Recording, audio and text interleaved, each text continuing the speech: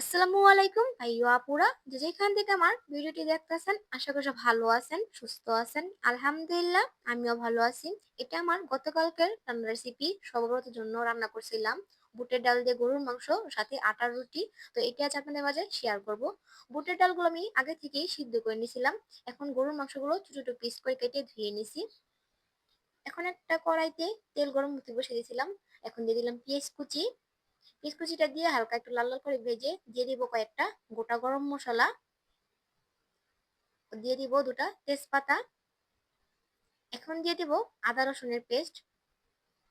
আদা রসুনের পেস্টটা দিয়ে ভালো করে একটু ভেজে নেব, যেন আদা রসুনের কাঁচা গন্ধটা সেটা না থাকে। এখন দিয়ে দিব পরিমিত হলুদের গুঁড়া, পরিমিত মরিচের গুঁড়া, পরিমিত জিরার গুঁড়া, লবণ।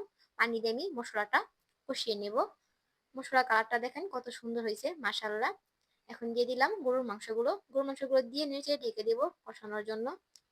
ঢাকনাটা উঠিয়ে একটু নেড়ে চেড়ে দিব। এটা আমি অল্প আছে ভালো করে কষিয়ে নিব গরুর মাংসগুলো, যেন কষানিতেই সিদ্ধ হয়ে যায়। তো যেমন গরুর মাংসগুলো কষানো হয়ে গেছে, এই পর্যায়ে দিয়ে দিব সিদ্ধ করা বুটের ডালগুলো। তা আপনাদেরও কাদের কাদের গরুর মাংস দিয়ে বুটের ডাল সাথে রুটি খেতে ভালো লাগে কমেন্টে বলে যাবেন।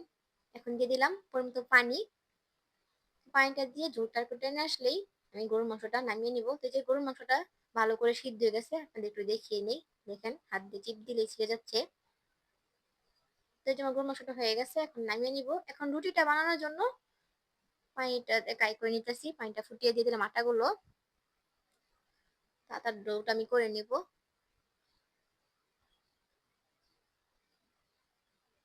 এই যে আটা ডোটা করে নিছি।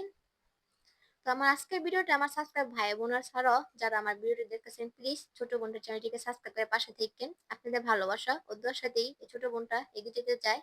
তো এই যে আমি রুটিগুলো একে বানিয়ে নিতেছি।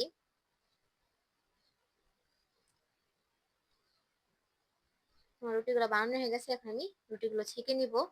তোমার আজকের গরুর মাংস রেসিপিটা কেমন হয়েছে সবাই কিন্তু কমেন্টে বলে যান। ভালো থাকেন, সুস্থ থাকেন। দেখা হবে আগামীকাল অন্য কোনো ভিডিওতে। আল্লাহ হাফেজ।